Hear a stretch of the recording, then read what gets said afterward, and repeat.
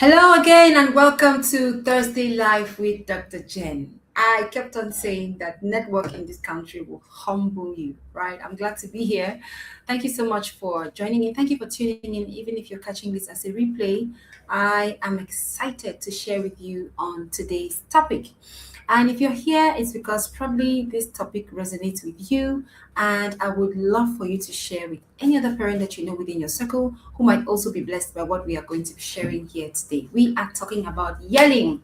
Yes, welcome to the month of March. The month of March on the DR Tribe, that's the 1 year program, is our month of effective communication. Therefore, we are launching programs that align with what it is that we are learning on the tribe. Yes, the tribe sets the tone for learning in the entire purposeful parenting community. So, dear purposeful parents, you're welcome. Thank you for tuning in. Today, I'm going to be talking with you about the hidden costs of yelling. Yes, constant yelling, not just yelling once, right? But usually, yelling becomes harmful when it is chronic, when it is constant. That's when it causes some issues that we're going to be talking about in today's session. But of course, I'd like you to know that if you are a chronic yeller, you are not alone, right? It is a very common habit, a habit that, I believe every parent needs to work on. Because trust me, what will happen to your parenting, your child, the environment in which your child is growing, the transformation that will happen when you start doing the work on your healing is something that you cannot recover from. Trust me. The thousands of parents that I've worked with that have come back to say, oh wow, since I reduced my yelling, this is what's happening in my home. My kids are now coming to me with this. I feel more relaxed. The headaches are gone. You will be amazed at just how much burden, how much weight comes with the constant yelling.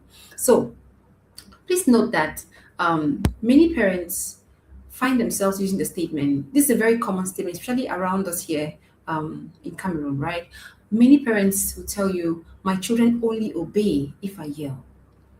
I think that's a statement that is coming from a place of belief, even if it's unconscious.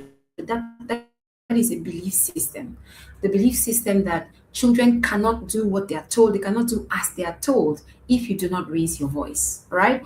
And that belief, that silent belief, is what controls, is what drives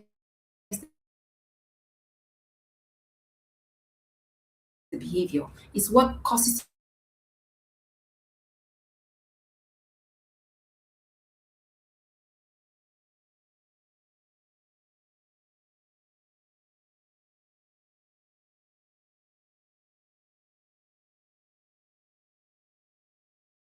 you to yell constantly because evil. For again, I'm always so amazed, so excited to see how when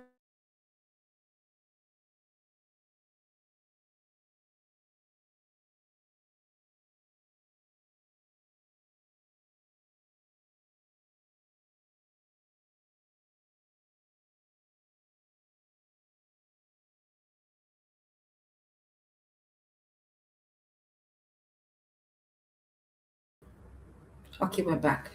I don't know at what point I went off. But I was saying that the common belief that children only obey when you driven by how most of us were raised as well, right? Most of us were raised in environments of constant yelling. So you get to a point where you tell yourself, okay, this is something that was done to me over and over. I did not die. I hated it, but I did not die. And it got me doing what my parents wanted. So you also believe that if I do the same, my children will also be able to follow whatever it is that I want them to do. So that's where that belief system usually originates from. So sometimes when you tell a parent that yelling can be reduced, in fact, that you can be calm as a parent, that you can be peaceful as a parent, that yelling is something that can be eradicated from your home. Many of them are like, no, no, no, no. What do you mean? That I will not shout? I have a 2 year old, I will not shout. Oh, but I tell you, it's possible. All right, it's possible. It's possible to be a peaceful, calm parent. It's possible for yelling to become something that is once in a blue moon because the costs of constant yelling are attached to the repetition, right? So it's not about the one time thing that you do every now and then when you slip up, but it's about making it a habit. It's something that you do on a daily basis, that no day goes by without you having those moments where you're screaming and there's smoke coming out from your head. All right. Now that That show you that the yelling usually is born from a place of frustration. You have to call. You call this one, gua, gua. You call not answering. All right. So it's triggering. There will always be triggers. There will always be reasons for you to yell. But then one thing that you must remember for those who are the emotional intelligence course, they'll tell you one thing you must remember about the things you do when you're emotional is that you are still in control. You can take control of your behavior, even in those moments. You're the one that decides what you want to do. So I want you to know that if you're struggling with this habit of yelling, you are not alone. And that transformation will be a huge reward, not just for your kids, but even just for you. Think about how you feel every time when you stop yelling, right? The headaches. Some people say they have nerves. My children give me nerves. I don't know what that means. My children give me nerves. And today we're going to look at why yelling costs so much in the long term. Why is it that yeah, in the short term it might lead to obedience, it might lead to you getting what you wanted as a parent, but then what's going to happen, what lies ahead, maybe 10 years down the line, if you continue on that route? What is going to happen 10 years down the line? What's going to happen to your health? What's going to happen to your child? What's going to happen to the environment, to your relationship? So all of these things, everything you choose to do, every behavioral choice has a result that is going to bring forth, has a fruit that is going to bring forth, in the long run. And if you read my intro post, one of the things I said was the fact that, yes, you may agree with the statement, my children only obey when I yell. But then remember that in the long run, that statement quickly becomes, how can I get my kids to listen? How can I get my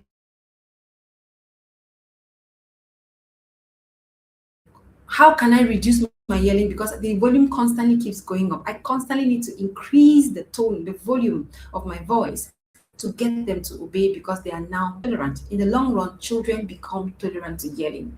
I can think of my own self growing up. Yes, I was surrounded by people who, yelled. Of course, over time, all they do is shout at me. You get to a point where you become kind of almost tolerant to the yelling. Yes, you hear the sound, but it doesn't move you, it doesn't scare you as much as it did before. I heard kids saying, all my mother will do is just shout at me, and that's all. So parents sometimes turn to this thinking that yelling is a complete discipline tool, but it's not. We're going to look at that next week. So remember that you're not the only one having this problem, but you can also take steps to break free from this chronic habit that not only affects your child negatively, but also affects you, right? Yelling affects your health negatively. It does affect your health negatively. Now, I remember there was a parent I coached, I think maybe BSBC, either 5 or 6. She shared a very striking testimony with me at the end of the program. She said that just before the program began, she had been suffering from severe hypertension. She goes to the hospital. The doctor says, they give her the treatment, give her everything. Nothing seemed to be working. So the doctor checked everything except parenting. And she told me she herself didn't understand, right? They gave her all kinds of drugs, up the dose, down, until she started the course shortly after that particular session with her doctor.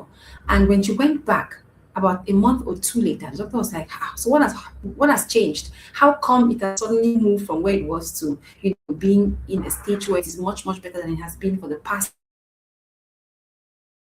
I don't really understand myself. Maybe it's because I'm no longer shouting. So she just said it, like that, thinking that you had no connection. That was like, oh, really? So there was actually a connection between the constant yelling, because she said she was constant, that she would yell and yell and yell for every small thing. And she never knew that there was a connection between that need to yell at her kids to get everything done. She was yelling morning, afternoon, evening, always yelling, always having headaches. She never knew there was a connection between that and the hypertensive crisis that she was experiencing until when she began doing the work and her yelling began to reduce. She saw the impact on her health. So yes, it does impact your health. So yelling may give the illusion of control, right? You tell a child, pick up that spoon. The child, makes as if he doesn't hear you. And you scream, pick up the spoon, and the child jumps up and then quickly picks it up, right? It tells you that, hey, this thing works. I've seen skits online where you see I think they write there as the caption is gentle parenting doesn't work, or gentle parenting something something, and then they show a parent who tried the gentle method, and then applied the yelling method, and then the child got up and was screaming and rushing to do whatever it is that the parent wants, it will give you the illusion of control. But again, everything purposeful parenting has to do with beginning with the end in mind. So yes, it's giving you the comfort now. When you just raise your voice like this, your kids run around and they do everything that you want. Then what happens when they are big? They're no longer afraid of you. You can no longer scare them. You can no longer bully them with your voice.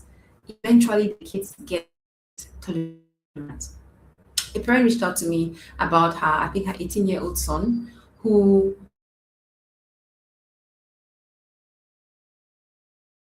she did. The child would simply just look at her like this when she's talking, and she will shout and talk, and she was just looking at her. He would stand like this and fold his arms and look at her, and she would scream, but she couldn't touch him because the boy was so big. So he should be screaming and yelling, and the guy would just look at him. And then when she's done, he would just walk away and still go and do what he wanted to do in the first place. I don't know what to do at this point. No matter what I say, the boy is just looking at me, he's not doing anything. So it eventually gets to the point where frustration builds up because now the child is already used to your yelling and over again, to the point where they're there, but they're just deaf. They cannot really hear what you're saying. So it gives you the illusion of control. Children will stop now quickly to do whatever it is you want them to do, right? It shakens them to doing what you want. But you must remember that there is a report card moment, right? There is a time down the line when the yelling will no longer be effective. And you will need to keep increasing the volume to the point where you find yourself screaming your lungs out and still everybody's watching at you like that. Okay? So the comfort is short lived. As your children are growing with the constant yelling, they become tolerant to it, they become used to it to the point where so it's not an effective method of discipline or correction or even communication. It is the lowest form of communication. All right. So children will adapt to the volume, they will tune it out, like they will be there, but they just block it out completely. And they will find you get to a point where if you don't up the volume of the yelling, nothing gets done. So how long are you going to continue driving what your kids are doing by increasing the volume of your voice? That's why it ends up putting a strain on your health. That's why there is a connection between people who constantly yell and things like hypertension, all right, and things like migraines and physical negative effects that come from constantly having to raise your voice. So parents tell me, "Oh, I like my yelling because whenever I yell, everything gets done quick, quick, quick." Yes, remember I've said it gives you that temporary comfort, that temporary illusion that this thing's working, and you get used to the ease. Sometimes when parents come in and they're trying to do the work, to adjust, to transform their parenting style, you hear them tell you about their struggles in the first, weeks or first months. They tell you, "Oh, I'm still struggling a lot with yelling," but it's a process. Because as you create systems that help you be able to communicate better with your children, you realize that you have less and less need to yell. All right. So what feels effective today becomes ineffective tomorrow. That's why the parents end up very frustrated. So yelling will give you temporary relief, but you're going to constantly need to use it over and over because eventually another thing that happens, right? Let's look at the parenting dynamics, the hidden cost of constant yelling. Number one is parenting dynamics, how it affects your parenting tendencies. I've talked about the fact that when you start depending on yelling to get what needs to be done, you get to the point where yelling will replace your normal communication. There are parents who don't know how to talk with a low voice, who don't know how to talk with a normal voice. In fact, they don't even realize when they are yelling because they just slip in and slip out, slip from normal voice to yelling voice, even when they're trying to just tell the child something simple. If anything doesn't go through the first time, they just start yelling by the second time. All right. So yelling quickly replaces communication, and that's toxic. You can't communicate by constantly raising your voice. All right, think about this scenario at your work site or your workplace. Imagine that you're constantly through yelling.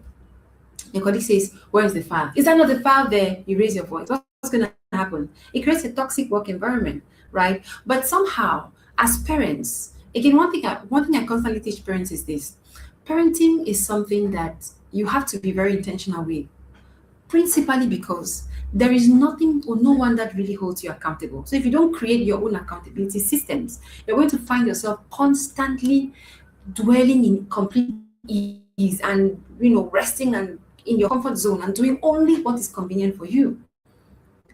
And if you continue on that road, you're not going to like the results that are going to come from that.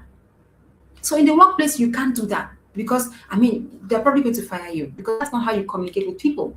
But then how come it is that with our children, it now becomes normalized? Unto parents, some parents actually hold on to the belief that children cannot obey without being yelled at. They can't obey without being yelled at. So that's not true. That's the first thing you have to tell yourself. That is not true. It's possible. Children can, be trained to follow instructions without you needing to yell all the time because that is too much work. Parenting on its own is hard work. Having to yell constantly to get things done is even harder. I don't know about you, right? But for me, I don't think I would be able. The constant yelling, you can't have peaceful parenting, calm parenting is possible and it is advantageous first for you even before your kids. So the second thing it does to parenting dynamics is the fact that it teaches children that authority is equal to aggression. If you watch children who are raised in homes where yelling is normalized and the constant aggression when you want things done, because the thing with yelling is it's not just words. Yelling is actually verbal aggression. All right, it's the equivalent of physical aggression. Yelling, even though you're using just words can also be whips. Words can also be like a cane on somebody's flesh. So yes, you don't see it, but it has a psychological impact. It has an emotional impact. It has different ways that it impacts whoever you're yelling at. That's why you yell at an adult. The adult will tell you, "Am I your child? Why are you yelling at me?" Because nobody really likes being yelled at. None of us liked it growing up. Even as an adult, if anybody yells at you, it makes you feel bad. So this is how some children are made to feel every single day. Now, this is not to say that you're a bad parent. No. All right. This is not to say that you're a bad parent. But you're a parent who has come to believe that the very thing that is affecting you negatively, affecting your child negatively, affecting your environment negatively, will cause you results that will affect you positively. So another thing that it does to the parenting dynamics is that it will completely wear off trust between the parent and the child. Now, let me ask you a question. If you grew up in a home where there was constant yelling, right? When you do something wrong, were you free to just walk up to your parents and say, "Oh, this was something that happened. This is what I did." You will find every single, even the parents who don't hit, the fact that the parent is always yelling, it creates a kind of environment of fear, right? And distrust that causes the child. It's difficult to open up to such a parent because you don't know if they're going to give you that verbal whip. So it's not just about the physical whip, but this one is even more potent than the physical whip in terms of its psychological and emotional impact. All right, it's more potent. It causes more issues than even the physical correction method. So it erodes trust between the parent and their child, making cooperation harder in the long run. Now, mind you, I said the yelling will give you immediate comfort. The child will run and do what you want. But then the question you have to ask yourself is, how long will you be able to sustain that where the yelling no longer bothers the child? All right, the child is too big for you to do anything to the child. At that point, when you need cooperation, when you need to use influence, you have none because all you have is your yelling and it doesn't work with the child anymore. So it causes problem for you in the long run, health wise, with the child, and you need to be able to instruct your child. So if your child is not able to listen to you, your child is not listening to you, then how then are you able to guide and instruct your child? So it makes it harder. So it gives you immediate ease, but long-term frustration, long-term difficulty. Now let's see how it affects the child and the child's environment. So children who are raised in a yelling environment are often feel unsafe, anxious, and resentful. Again, let me just take you back to your own childhood. How did you feel as a child when you were younger? Especially for things that you wished your parents could have been able to listen just to understand, what you mean, or to see that you really had a point. You realize that when parents get to the point where they are constantly yelling, it makes it really hard for them to listen, even when you really have a genuine point. Think about a conversation with someone who's an adult who is a constant yeller, because constant yellers don't really end at home. They struggle with it even outside of the home. If you're here and you're a parent who yells constantly, you acknowledge the fact that even when you go for a family meeting, you go somewhere, you're on the street, you're in traffic, you're constantly yelling at people, you're yelling everywhere, you're yelling at the person serving you who doesn't do well, you're yelling everywhere. And it might get to the point where you feel helpless. Like, I really, really want to stop this. I really, really want to get better at being able to be calm, even when I'm feeling, some negative emotions. You were a child, how you felt every time you to yell at you, even for things that you wish that they could have been able to listen first so they can understand. It creates a lot of anxiety for children.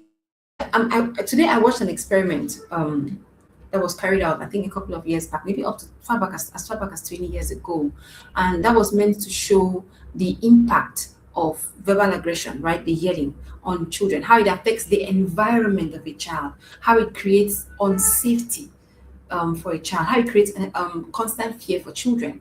And in that experiment, there was a baby who was sitting on his mother's lap, and they were across the table was a stranger who had a very beautiful and interesting toy. So at first, when the mother comes in, the mother is talking with the examiner, very warm, everything was going fine. The child felt free to explore. The child was trying to reach the toy. The child was curious about the toy, trying to learn about it. Then in the second part of the experiment, the same scenario, but someone came into the room who was a yeller, who was yelling constantly, very aggressive. And once that person walked into the room, that child could not move from the parent's lap, And in another experiment, it showed comparing parents who have children who are constant yellers, that the parent is a constant yeller, and a child of parents who, are warm and have a safe environment. And you see that the children from both, homes behave very differently in terms of and their willingness to explore the environment. I know that for a child, curiosity and exploration will later impact the child's intelligence. So it's very important that the child's environment be safe. That's why parents will often tell me, oh, my kids are small, I don't yell. I'm like, okay, usually, yes, of course, when your child is a baby, what are you really yelling at? When they become toddlers, that's when you start getting tested. That's when you start realizing that you too are a yeller as much as, maybe your parents or maybe those someone around you when you were growing up. I said the same thing to my sister when she just had her first child. I told her, "Oh, it's it now to say that you're not going to do this?" Because she'll tell me, "Oh, I will never do this. I will never be like this." I was like, "Oh, great. Don't unless you're doing something intentional. But if you're just sitting down and saying that this will never happen to me, and you're not doing the work to learn and to learn skills that will replace those toxic things that you may have inherited, you will find out that you will just be almost exactly like the people who raised you. All right, let me hear from you in the comments. Is there anyone here who thought when they were, before they had kids, that, oh, that maybe you used to say to yourself when you were before you became a parent that you would never be a yeller, you would never do this to your kids? Let me hear you in the comments. Did you find out sometime on your journey later that really you became the very thing that you said you were never going to become? Right? So it doesn't just happen by you saying it. Yes, you might desire it, but if you don't learn, it's going to be difficult for you to do differently if you haven't learned anything different. Because without skills, proper skills, for example, to communicate with children, you'll find out that people yell because they are frustrated. People yell because they are really trying to get something across, but it's not going across. And any accountability systems at the job site. Yes, you may be a yeller, but you restrain yourself. Why? Because you know that if I yell here, if I yell at my boss, I've lost my job. So that alone keeps you accountable. But with children, who's going to ask you a question, right? So we just permit ourselves to just go and go and go, and some parents just yell and yell for every single thing. So you have to create systems that hold you accountable for things like that. So the second way it affects children is the fact that they withdraw emotionally. All right, they stop coming to parents for help. Why? Would you rather expose your mistake to someone who is going to yell at you, even though you made a genuine mistake, right? The person will yell at you for the same mistake that you came and confessed yourself, or would you rather keep your mistake to yourself and then be at peace? Make it difficult for our kids to come to us with certain things. And it's one of the things that you need to work on your parenting journey is creating an environment that makes it safe for your child to come to you, even with their messes. Because that's what empowers you to actually do the parenting that you're called to do. Parenting is not just you preaching and touching, and when I say preaching, I mean like constantly lecturing your kids. Okay, that's what I was looking for. Constantly lecturing your kids about, oh, don't do this, oh, don't, no, no, no. That's not what parenting is all about. All right. There are moments when you have to provide guidance, and guidance comes in those moments when your child maybe has missed their way, has made a mistake, and you need to be able to guide them back to the right path. But if they don't come to you with these things in the first place, how then do you help them by providing guidance? All right. So most kids don't feel safe. They can't come to you. I can tell you every time I'm working with kids, because I have some programs that I'm running in some schools, literacy clubs in certain schools, and I it has made me to come in contact very frequently with kids. And sometimes when these kids feel so comfortable with you, they open up and start talking about things that they can't tell. I say, go and tell your mom. Oh, I can't tell my mom. She's going to shout at me. I can't tell my dad. He's going to shout at me. But the child has a genuine problem. Maybe the child is being bullied. Maybe the child is going through something at school, in a neighborhood, sometimes even within your home. But they think that if they bring it to you, you're going to shout. So it does break trust. It creates an environment where children do not feel safe. All right, children do not feel safe, and most parents only realize and regret this when something has happened that you could have intervened a long time ago, but because the child was not able to bring it to you, you couldn't help them. It's always so painful. I think every time I've come across cases like that, there's always some tears being shed because it's painful that you could have helped your child, but then the child did not feel safe to come to you, whatever it is that they were struggling with.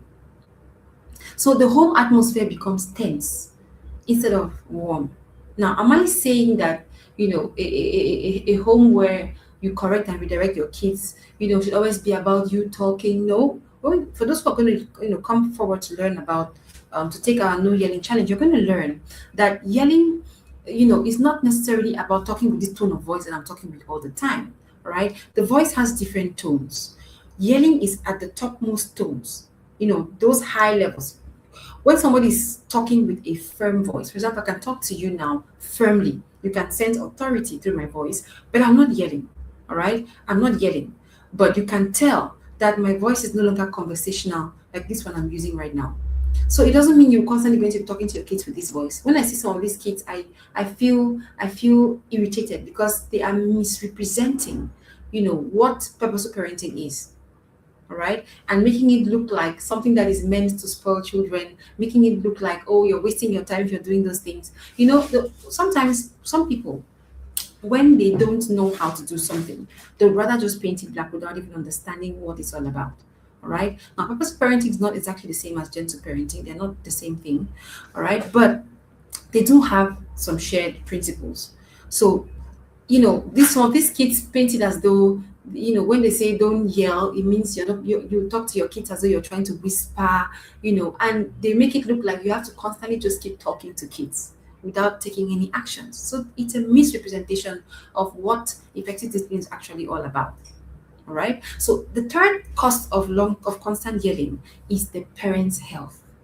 It's true that it also affects the child's health, all right? But I'm not going to talk about that today. Yes, constant yelling does affect your child's health because an environment of constant fear will weaken your child's immune system because of the chronic stress and will also predispose them to be sick more often. So yes, it does affect your child's health as well in the long term. But the parent's health is what I want to focus on in this session today because it is a direct long-term effect of constantly needing to use yelling to get your kids to do even small, minute tasks.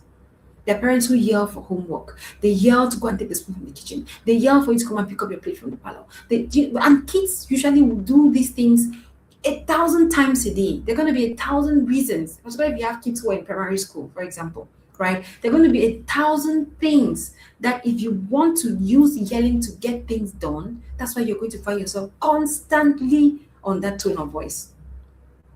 I don't know about you, but it is tiring to constantly need to yell. And you say, why are these children? People not allow me to rest. Of course, they want you to rest. You're the one who is denying yourself rest. So constant yelling raises stress. That's why yelling has been connected to things like hypertension. All right. Constant yelling raises stress.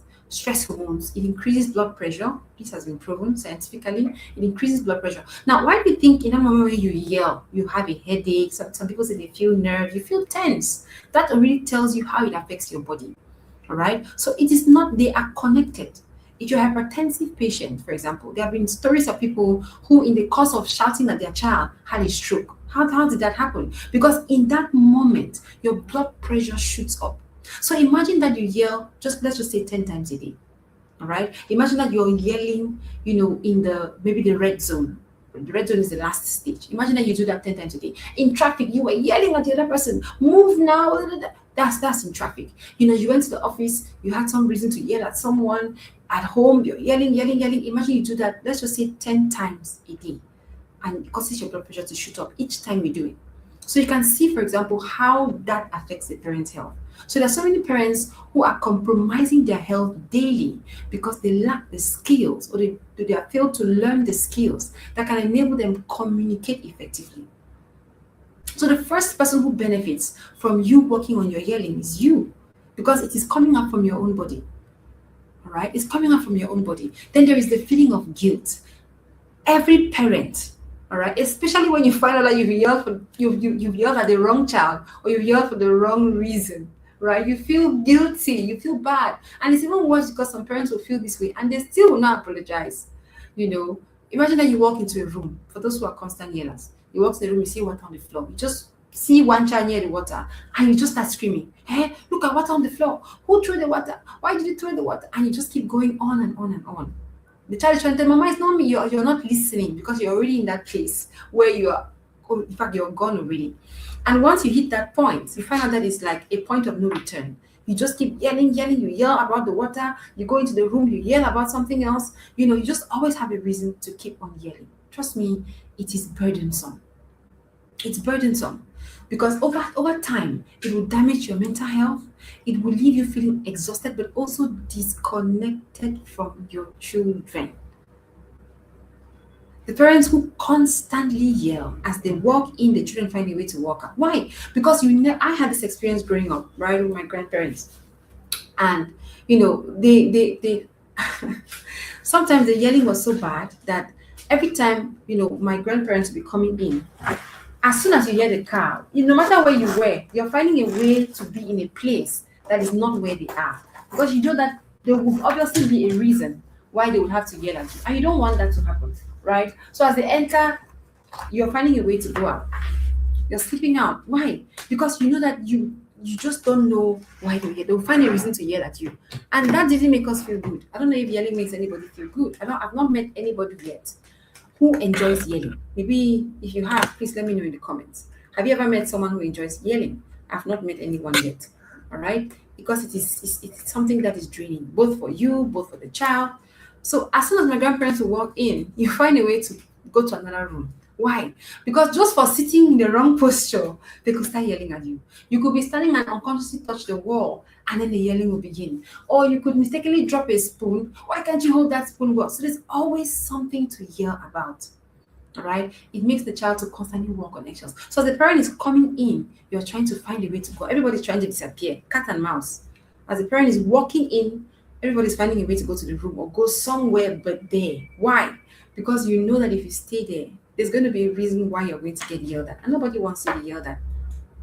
So it does affect, your relationship with your children. So, but in the long run, one thing that we fail to realize is that this constant yelling, it really trains not even just children, but even adults.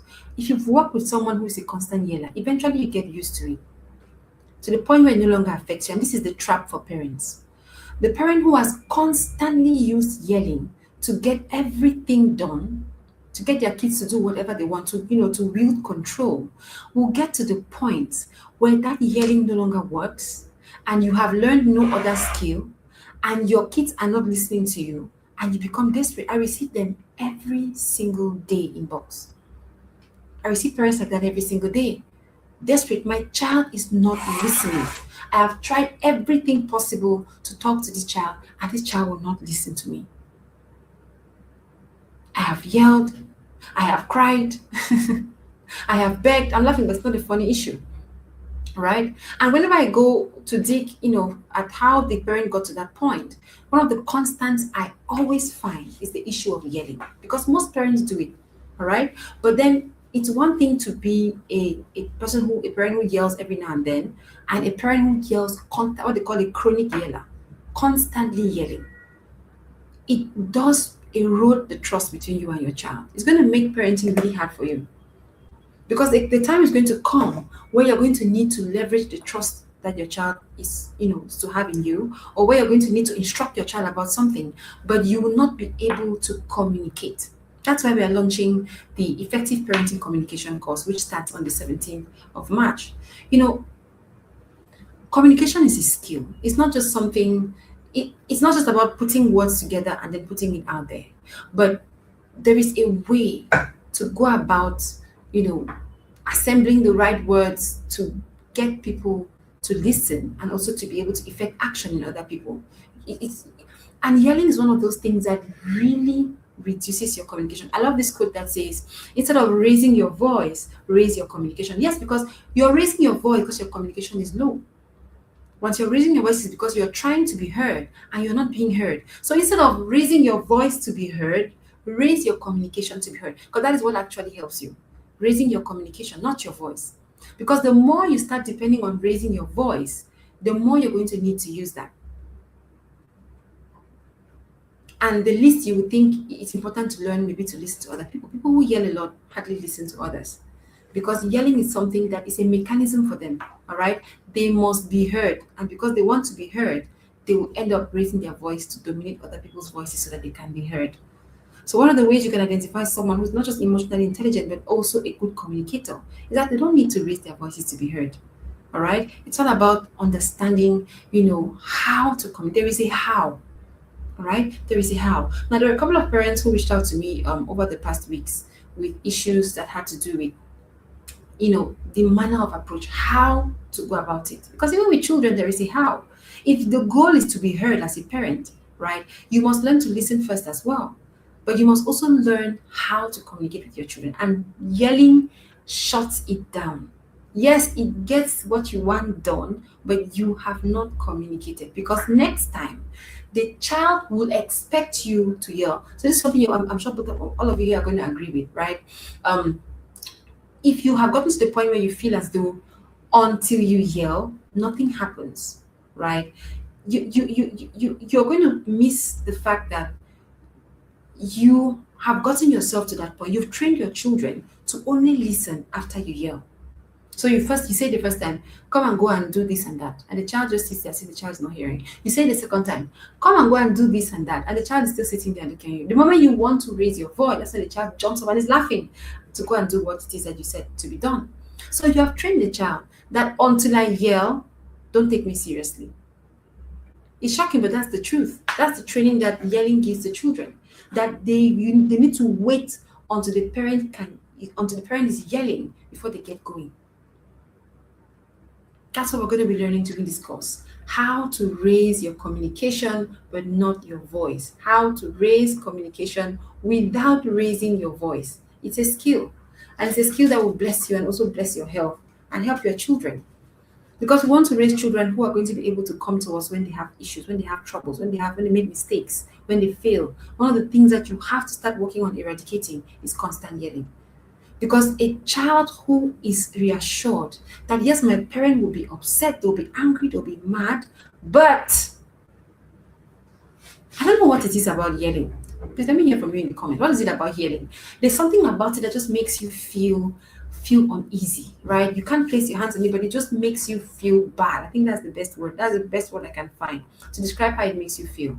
All right, it just makes you feel bad because it is demeaning. There's something about it that just makes you feel, I don't know, should I say less than human? You just feel bad. And it's that feeling that everybody's trying to escape from. Even adults, you have a boss who yells. You hear people saying, I don't want to go to the office this morning, the boss is in the bad mood, they're going to yell at me. Nobody wants to be yelled at. All right? I mean, this is not a cane we're talking about. Nobody wants to be yelled at. Nobody wants to be yelled at. So let me hear from you in the comments. If you have any questions about this, again, I mentioned the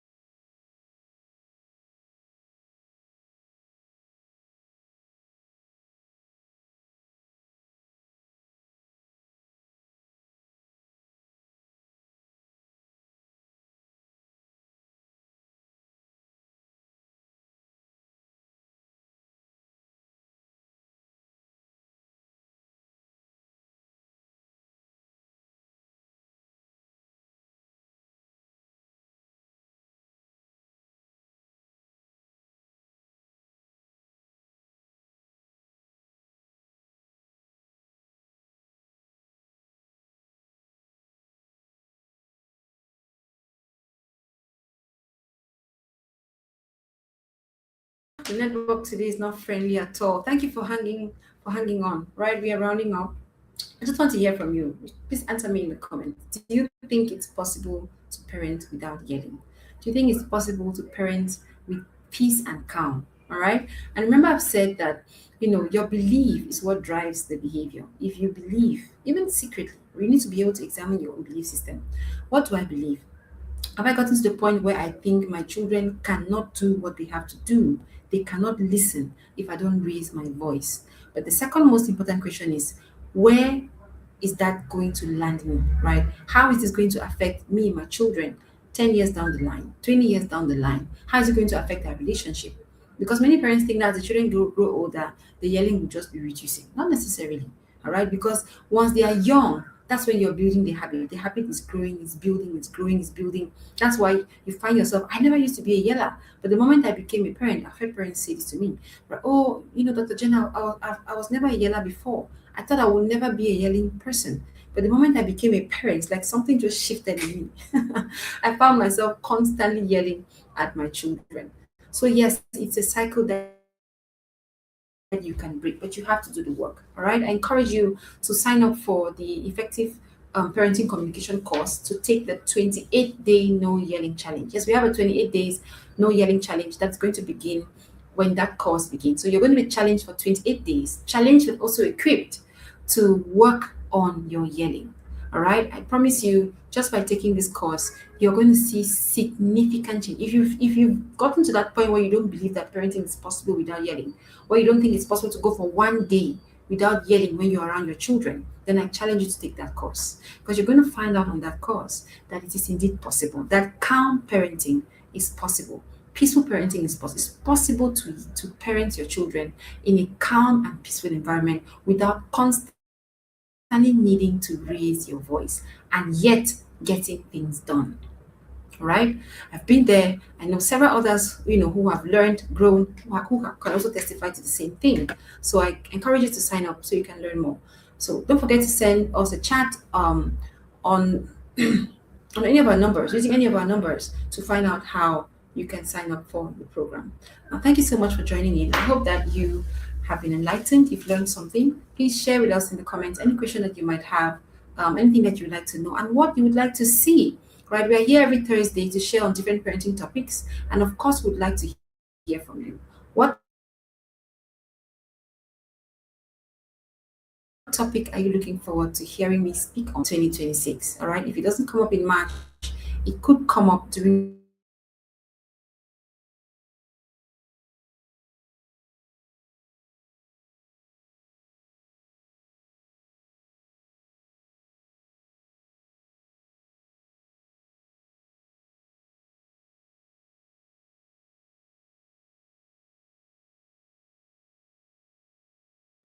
one.